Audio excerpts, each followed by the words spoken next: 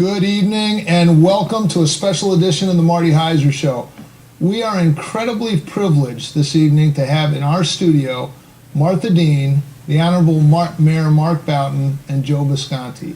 All three of these individuals are running for the Republican nomination to be the next governor of the state of Connecticut. Generally speaking, if you tuned into this show in the past, you realize that as a whole, we're not too pleased with the direction that our state seems to be going in. I did a little research. Tax Freedom Day, Connecticut is dead last out of all 50 states. You and your hardworking family have to get up every morning and work from January 1 until May 13th just to pay all your state, federal, and local taxes. It's a travesty. Businesses are fleeing this state in droves. We've had a net loss of population as a result. Things are bad and they're getting worse. There's special interest groups here in town or here in the state of Connecticut that are concerned. The Second Amendment seems to be under attack.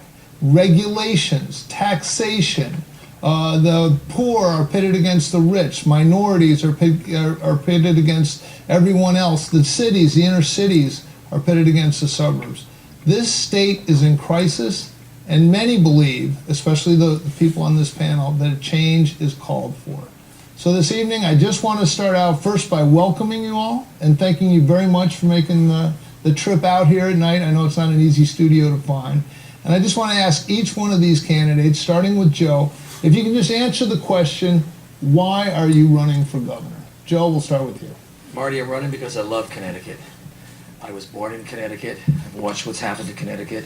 I'm 57 years old. I have nothing better to do with my life than try to save my state, save my country. And I have the political experience, the political will, and the life experiences to become your next governor. Excellent. Mayor Boughton, first of all, thank you very much for coming in. I really do appreciate it. Thank you. I've traveled the farthest to be here. I know. This is in your own backyard, so we appreciate you making the trip. No problem. No problem. Look, I've been traveling across the state talking about a different Connecticut, a new Connecticut, if you will, one that certainly believes in a limited state government and limiting the size and the growth of state government. Two, that believes in enforcing laws that are currently on the books rather than creating new laws. And three, letting communities, cities, and towns across Connecticut decide their own destiny. Let them make their own decisions about what they want their community to be like. I have a proven track record here in Danbury that I'm very proud of. I was just reelected for my 7th term. I'm the longest serving mayor in the history of the city by 71% of the vote.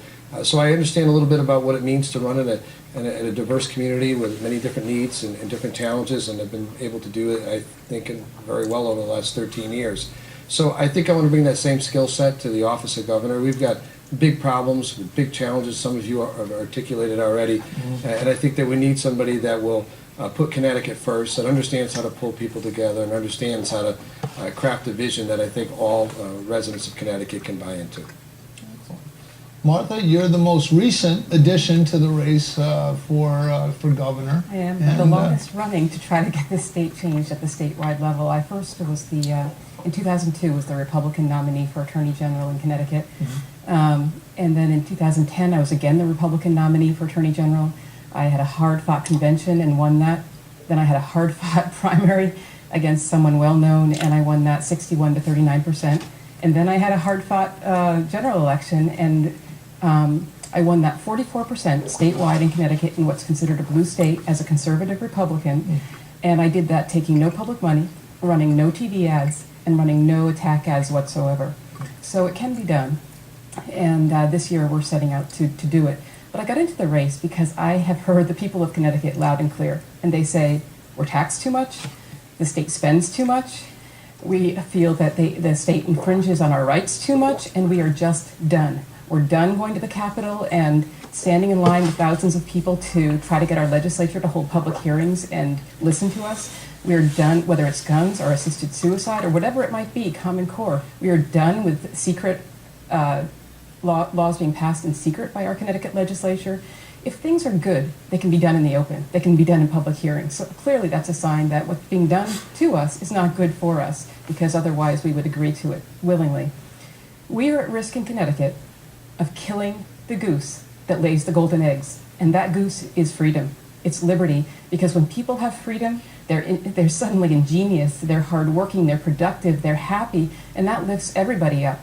So we're in a very serious situation here, and I have had a plan for a long time on how to fix Connecticut, and I really feel that Connecticut is at the point where they're ready to hear of a new direction and to make changes where needed. Thank you. We're also joined by Jim Bolano. Jim, would you like to announce your candidate for governor right here, or are you here to just speak truth to power? Two, I think, is my year. No, Jim's a professor at Wisconsin University, a political science professor. A bit the skunk at the garden party, because you take your students down to CPAC and have a conservative perspective. I've done it. The first year I haven't gone down with them, but since 2009 I've taken the college Republicans down, and we always enjoy our time down there. They get to mingle with the national conservatives and Republicans and libertarians down there, so it's a good time. All right, Jim's going to be asking some questions as well, but I'm going to start.